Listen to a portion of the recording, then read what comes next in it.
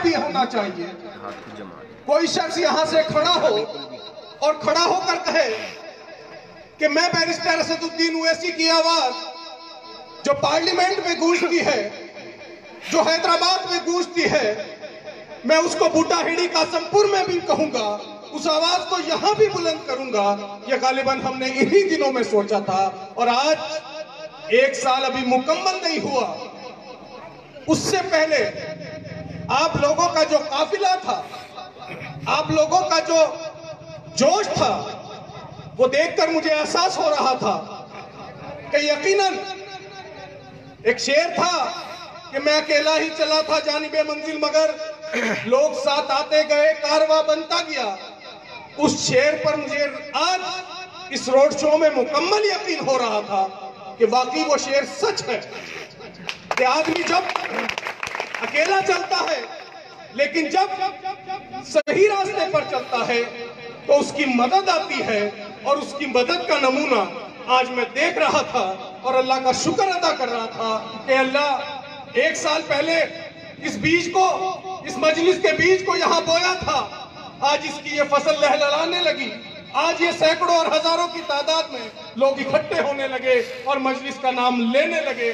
मैं अल्लाह का शुक्र अदा कर रहा हूं। मेरे दोस्तों, बड़ी खुशी की बात यह है आपके गांव के लिए भी और मजलिस के लोगों के लिए भी कि आज एक बहुत अजीम शख्सियत, जिनका नाम हम बड़े अदब से लेते हैं, जिनसे हम ये चाहते हैं कि इनके पास बैठे, इनसे तजर्बा हासिल करें, इनकी पुरानी कारकर्दगी, क्योंकि हम लोग जितनी हमारी उम्र है उतनी उम्र उनकी सियासत में गुजर गई, उनके पास तजर्बा बहुत है, उनसे कुछ सीखें। आज उनका साथ आपके सामने आपके गांव में मजलिस को मिला। मैं डॉक्टर भगवान दास साहब राठौर जी, जो पूर्व एमपी रहे हैं, 2 बार एमपी रहे हैं, उन्होंने आज मजलिस का दामन थामा है। मैं उनका शुक्रिया अदा करता हूं और बहुत बहुत मुबारकबाद पेश करता हूं। और ये एक इतिहास बनेगा। मैं अपने कासमपुर के लोगों से बताना चाहता हूं कि ये इतिहास बनेगा कि आज उत्तराखंड के अंदर बहुत बड़े बड़े चेहरे आपकी पार्टी के अंदर आएंगे। आप इंशाअल्लाह यकीन रखिए, जिस तरह से आप लोग आज मेरे साथ खड़े हो, आप इसी तरह खड़े रहिए। देखना एक दिन जो लोग सिर्फ आपसे वोट मांगने आते थे, वो आपके पास सिफारिश करने आएंगे कि अपनी पार्टी में जगह दिला दो। मेरा यह यकीन है इंशाअल्लाह वो दिन दूर नहीं है। मैं शुक्रिया अदा करता हूं अपने छोटे भाई का, डॉक्टर प्रशांत साहब यहाँ मौजूद हैं, आप एमपी साहब के बेटे हैं, और दूसरे भाई हमारे रंजन राठौर जी यहाँ बैठे हैं। मैं उनका शुक्रिया अदा करता हूँ और शुक्रिया अदा करता हूँ मैं अपने इस मर्दे मुजाहिद का, अपने छोटे भाई का, मुशर्रफ का, कि जिन्होंने यहाँ पर हौसला दिखाया, अज़्म दिखाया और एक कार्यालय का उद्घाटन आज मुझसे कराया, एमपी साहब से कराया और हमारी सारी टीम से कराया, और मजलिस के तमाम कारकुनान यहाँ मौजूद हुए। बहुत बहुत मुबारकबाद के मुस्तहिक है मुशर्रफ आप। हमारे जिलाध्यक्ष हैं मज़ाहिर हसन साहब, मैं उनका भी तहे दिल से शुक्रिया अदा करता हूं कि जितनी बारीकी के साथ, जितनी मेहनत और लगन के साथ वो पार्टी को मजबूत कर रहे हैं। जो बीज 1 साल पहले बोया गया था, उस बीज को किस तरह से पानी दे रहे हैं, उसमें खाद डाल रहे हैं और उस मजलिस के पेड़ को परवान चढ़ा रहे हैं। बहुत बहुत मुबारकबाद देता हूं मैं अपने जिलाध्यक्ष मज़ाहिर हसन साहब को। अभी 2 दिन पहले, 3 दिन गालिबन हुए होंगे आपके यहाँ, 3 दिन पहले की बात है, जवालापुर के अंदर हमने यहाँ हरिद्वार जिला, चूंकि बहुत बड़ा जिला है, हमने 2 जिलाध्यक्ष बनाए हैं। एक जिलाध्यक्ष जो 6 विधानसभाओं को देख रहे हैं वो मज़ाहिर हसन साहब हैं, और दूसरे जिलाध्यक्ष शाहनवाज सिद्दीकी साहब हैं जो 5 विधानसभाओं को देख रहे हैं। खड़े हो जाए शाहनवाज भाई, आपका चेहरा सब लोग देखेंगे। ये आपकी विधानसभा इन्हीं के अंडर में आती है। शाहनवाज सिद्दीकी आपके जिलाध्यक्ष हैं, मज़ाहिर उन 6 विधानसभाओं के जिलाध्यक्ष हैं जो इनके अंडर में आती हैं। और ये मेरे दोनों भाई, एक मेरा दाएं हाथ बनकर और एक मेरा बायां बाजू बनकर मेरे कंधों को मजबूत कर रहे हैं और मजलिस को परवान चढ़ा रहे हैं। मैं दोनों भाइयों को अपने मुबारकबाद देता हूँ और इन लोगों का शुक्रिया अदा करता हूँ जितनी मेहनत के साथ ये मेरे साथ कंधे से कंधा मिलाकर चल रहे हैं।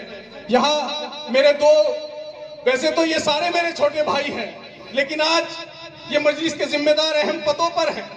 यहाँ फिरोज भाई बैठे हैं, ये हमारे फिरोज भाई पार्टी के बहुत जिम्मेदार साथी हैं और नए साल की खुशी में इंशाअल्लाह इनके पद का भी ऐलान होगा और इनकी जिम्मेदारियों का भी ऐलान होगा इसी नए साल पर। और मैं चाहता हूं, चूंकि नए साल पर पहली तारीख में पार्टी का कयाम हुआ था, मैं चाहता हूं कि उस दिन फिरोज भाई का भी यहाँ कयाम हो और मजलिस की जिम्मेदारी इन्हें मिले, वो इंशाअल्लाह इन्हें भी जल्दी मिलेगी।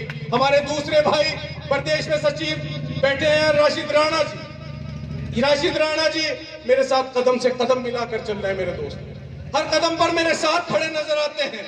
मैं इनका बहुत शुक्रिया अदा करता हूं, ये हमेशा मेरे साथ रहते हैं। और मेरे आज एक और मेरे लिए बहुत खुशी की बात है कि कई विधानसभाएं ऐसी हैं जिनके जिम्मेदार लोग बैठे। विधानसभा अध्यक्ष भगवानपुर शाहनवाज यहाँ बैठे हैं, भगवानपुर के नगर अध्यक्ष यहाँ बैठे हैं, जिले के सचिव यहाँ बैठे हैं तैयब दानिश, हमारे शाहिद भाई जिले के सचिव हैं। अब इन्होंने अपने घर पर रोककर बड़ी मोहब्बत के साथ, बड़े जोश और वलवले के साथ इन्होंने यहाँ पर हमारा खैर मकदम किया।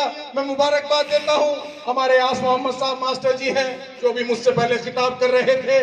मेरे छोटे भाई बैठे हैं यहाँ पर, परवेज नंबरदार साहब बिजौली से मेरे साथ हैं और बिजौली से नहीं है, मेरे घर से और मेरे खून से मेरे साथ हैं। जहाँ मैं अपना पसीना गिराता हूँ वहाँ ये शख्स, चाहे परवेज हो, आजम हो, राहत हो, ये शख्स अपना खून गिराने के लिए तैयार रहते हैं। मैं इनका शुक्रिया अदा करता हूं और बड़ी मोहब्बत के साथ इन लोगों को बहुत बहुत मुबारकबाद पेश करता हूं कि ये लोग मजलिस के कारवां में मेरे साथ मिलकर चल रहे हैं। मेरे दोस्तों, तमाम लोग, हमारे चचा बैठे हैं, अय्याज चचा यहाँ बैठे हैं, अभी चंद दिन पहले मेरे पास आए थे।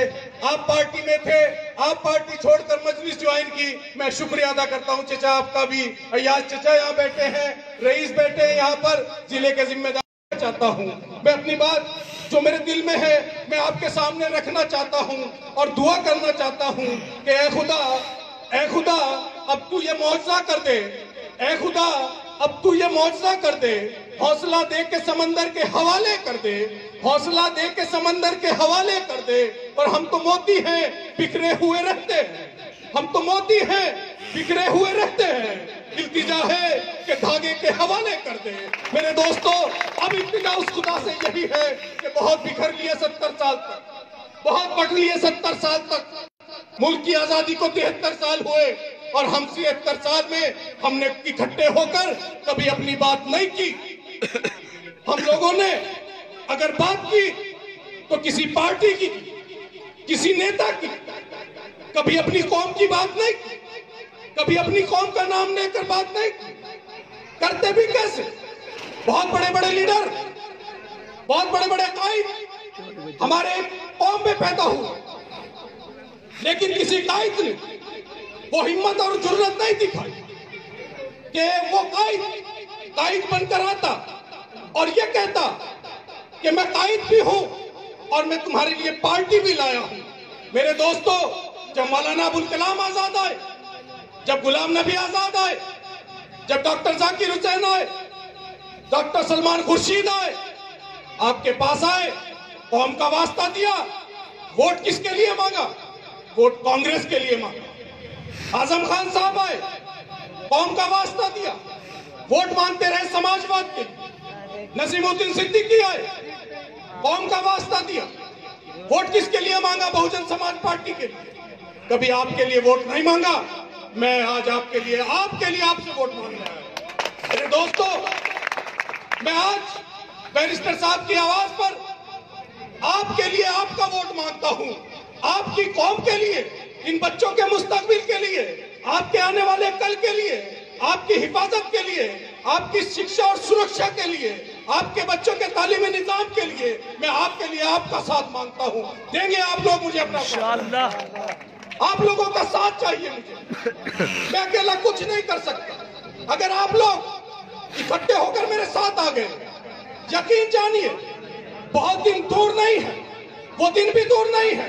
जिला पंचायत का चुनाव आपके बीच में है, सिर पर है। आप मार्च में डिक्लेयर हो जाएगा कि अप्रैल में चुनाव है, और जिला पंचायत के चुनाव में अगर आपने मजलिस का डंका बजा दिया, आपने उसे वोट किया जिस बैनर के ऊपर बैरिस्टर असदुद्दीन का फोटो होगा, आपने उसे वोट किया, जिस बैनर के ऊपर आपके इस भाई, आपके इस बेटे का फोटो होगा, तो यकीन जानिए आपकी आवाज मैं इसी साल में, इस 2021 के अंदर आपकी आवाज उत्तराखंड में बुलंद कर दूंगा इंशाअल्लाह अज़ीज। बस गुजारिश ये है कि आप अपने मनमुटाव, आपसी भेदभाव, अपना इख्तिलाफ सब दरकिनार रख दीजिए और बच्चों के मुस्तकबिल के लिए, आने वाले कल के लिए, आने वाले कल के लिए गौर कीजिए। मैं क्यों कह रहा हूं दोबारा, आने वाला कल बहुत अच्छा नहीं है। जिन लोगों के लिए हम लोगों से वोट की भीख मांगते थे, जिन लोगों के लिए हम अपना तेल खर्च करते थे, अपनी हक और हलाल की कमाई खर्च करते थे, वो पार्टी के एमपी, वो पार्टी के एमएलए सदन में मौजूद होते हैं और आपके खिलाफ कानून पास होता है और उनकी आवाज नहीं निकलती, वो खामोश रहते हैं। मेरे दोस्तों, अब आपकी आवाज को सदन के अंदर, आपकी आवाज को पार्लियामेंट के अंदर पहुंचाने के लिए एक मर्द मुजाहिद आ गया इस मुल्क के अंदर, जिसका नाम बैरिस्टर असदुद्दीन ओवैसी है, जो पार्लियामेंट में जब खड़ा होता है, जब पार्लियामेंट में बात करता है, तो 543 के ऐवान में 542 उनका मुंह देखते हैं, 542 समझने की कोशिश करते हैं कि मास्टर साहब क्या पढ़ा रहे हैं। मेरे दोस्तों, टीवी चैनल के एडिटर, टीवी चैनल के एंकर ये कहते हैं कि जब बैरिस्टर असदुद्दीन ओवैसी सदन में बोलते हैं तो ऐसा लगता है कि कानून का प्रोफेसर कानून की पढ़ाई पढ़ा रहा हो और बच्चे 542 बच्चे कानून सीख रहे हो। ये कम बात नहीं है, ये मेरे और आपके लिए फक्र की बात है कि आज अल्लाह ने हमें एक ऐसा नायाब हीरा दिया कि जो खड़े होकर उन काबिल लोगों में एमपी बनने के लिए बहुत काबिलियत की जरूरत होती है। हमारे 2 बार के एमपी यहाँ मौजूद हैं, बहुत काबिल शख्स है। डॉक्टर साहब यहाँ बैठे हैं, इनको मालूम है इस बात का कि एमपी बनने के लिए कितनी काबिलियत की जरूरत होती है, कितने जोश की जरूरत होती है, कितने धन की जरूरत होती है, कितनी तालीम की जरूरत होती है, और वहां सब तालीम याफ्ता लोग ज्यादा से ज्यादा तादाद में पहुंचते हैं। लेकिन जब बैरिस्टर असदुद्दीन ओवैसी खड़े होते हैं तो मेरे दोस्तों, मुझे और आपको फक्र है इस बात पर कि सब लोग अपने आप को छोटा महसूस करते हैं और कहते हैं कि सदन के अंदर हम इस शख्स की बात का विरोध करते हैं, लेकिन जब बाहर निकलते हैं तो यही कहते हैं कि सच यही बोलता है, हक यही बोलता है, कानून की बात यही करता है। मेरे दोस्तों, वो शख्स बैरिस्टर असदुद्दीन ओवैसी है और आपकी पार्टी मजलिस का कायद है। आप लोग अगर अब भी उसके साथ ना आए तो यकीन जानिए खुदा ने उस कौम की हालत नहीं बदली, ना आया हो ख्याल जिसको खुद अपनी हालत बदलने का, अल्लाह भी उसकी हालत नहीं बदलता।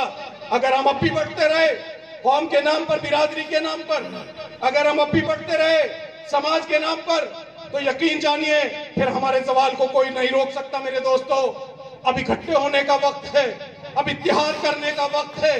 अब उस पार्टी के झंडे के तले आ जाओ जिसका नाम ही मजलिस इत्तेहाद मुस्लिमीन है। और मुस्लिमीन है इसलिए है क्योंकि मुस्लिमीन जो होगा, जो सच्चा मुसलमान होगा, वो अपने वतन से मोहब्बत करता होगा। जो सच्चा मुसलमान होगा अपने वतन के लोगों से मोहब्बत करता होगा। जो सच्चा मुसलमान होगा उसके यहाँ बड़ाई और छोटा कुछ नहीं होता। जो सच्चा मुसलमान होगा उसके यहाँ छूत अछूत कुछ नहीं होता। जो सच्चा मुसलमान होगा वो अपने मुल्क के रहने वालों से मोहब्बत करेगा। जो सच्चा मुसलमान होगा वो अपने मुल्क से मोहब्बत करेगा। इसलिए इसका नाम ऑल इंडिया मजलिस इत्तेहाद मुस्लिमीन। मेरे दोस्तों, नौजवान साथियों, मेरे बुजुर्गों, हमारा मकसद एक आवाज बनना है, और वो आवाज जो हक की आवाज हो, वो आवाज जो मजलूम को पता चले कि ये हमारे साथ है और जालिम को एहसास कराए कि ये जालिम के खिलाफ है, वो आवाज बनना है। और वो आवाज आप तब बनोगे जब इकट्ठे हो जाओगे, जब इत्तेहाद दिखाओगे, जब इकट्ठे होकर किसी का सामना करोगे, जब हक बनकर अपने आप को पेश करोगे तो बातिल अपने आप भागेगा। ये कुरान का फैसला है कि जब हक आएगा तो बातिल को जाना पड़ेगा, तो हक बनकर पेश हो जाओ और बातिल को भगाओ यहाँ से। मेरे दोस्तों, सियासत की इस दुनिया में मजलिस हक है, हम लोगों ने सबको देख लिया। अभी 2019 का चुनाव हुआ, पिछले साल लोकसभा का सहारनपुर से उत्तर प्रदेश हमारा बड़ा भाई है, वहां पर गठबंधन हुआ समाजवादी का और बहुजन समाज पार्टी का। तमाम मुसलमानों ने इसलिए वोट किया कि भारतीय जनता पार्टी को हराएंगे। हमारी दुश्मनी हर उस पार्टी से है जो इस मुल्क की एकता और अखंडता को कायम न रहने दे। हमारी पार्टी हर उस पार्टी से है जो मजलूम पर जुल्म करे और जालिम का साथ दे। हमारी हर उस आदमी से, हर उस सियासी पार्टी से हमारी लड़ाई रहेगी। हम मजलूम का साथ देंगे, हम किसानों के साथ रहेंगे। मेरे दोस्तों, हमारे यहाँ सहारनपुर में आपने देखा समाजवादी और बहुजन समाज पार्टी का गठबंधन था। MP साहब आए, हाजी फजलुर रहमान साहब, सारा मुसलमान इकट्ठा हुआ, सबको भूल गए और उन्हें इकट्ठे होकर वोट दिया। दलित समाज का वोट भी उन्हें मिला और वो जीत गए। मेरे दोस्तों, बिजनौर से मलूक नागर आए, बहुजन समाज पार्टी का सिंबल लेकर हमने उन्हें वोट दिया, मलूक नागर जीत गए। उससे आगे चलो, मुरादाबाद पहुंचो, ST हसन आए, समाजवादी का टिकट लेकर हमने उन्हें वोट दिया, वो जीत गए। अमरोहा आ जाओ, उमर दानिश को वोट दिया, वो जीत गए। संभल आ जाओ, शफीकुर रहमान साहब को वोट दिया, वो जीत गए।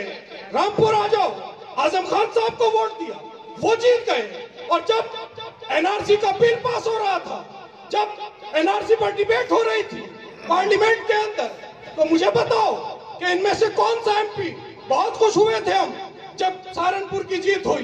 बहुत खुश हुए थे जब मुरादाबाद में जीत हुई, जब बिजनौर में जीत हुई, संभल में हुई, रामपुर में हुई। हम इसलिए खुश हुए थे कि हमने बीजेपी को हरा दिया और हमारा आदमी जीत गया। लेकिन मेरा सवाल आपसे है कि जब NRC किसी और के लिए नहीं है, NRC पहले आपके लिए होगा, फिर इन लोगों के लिए होगा। पहले कलाम मेरा और आपका कटेगा, उसके बाद इनका नंबर आएगा दलित समाज का। ये इतने मुसलमान 25 MP बैठे थे, क्यों खामोश रहे? क्यों इनकी आवाज नहीं निकली? क्यों इन्होंने सदन में बात नहीं रखी? क्यों? आप सवाल कीजिए उनसे। जो कांग्रेस के भी MP थे, बहुजन समाज पार्टी के भी MP थे, समाजवादी के भी MP थे और मुसलमान भी थे। तो हमारे विधायक यहाँ भी हैं सदन के अंदर, उन्होंने भी मुद्दा नहीं उठाया NRC का। क्यों नहीं उठाया उन्होंने मुद्दा? इसलिए जो बात मैं आपको समझाने की कोशिश कर रहा हूँ, इसलिए नहीं उठाया मेरे दोस्तों, क्योंकि वो जिस मकान से आए थे वो मकान किराए का मकान है, वो उनका जाती मकान नहीं है। और जाती मकान जिसके पास नहीं होता, किराएदार वही बोलता है जो मकान मालिक कहता है। बहुजन समाज पार्टी में रहिए, मकान मालिक नहीं हो। कांग्रेस में रहिए, मकान मालिक नहीं हो।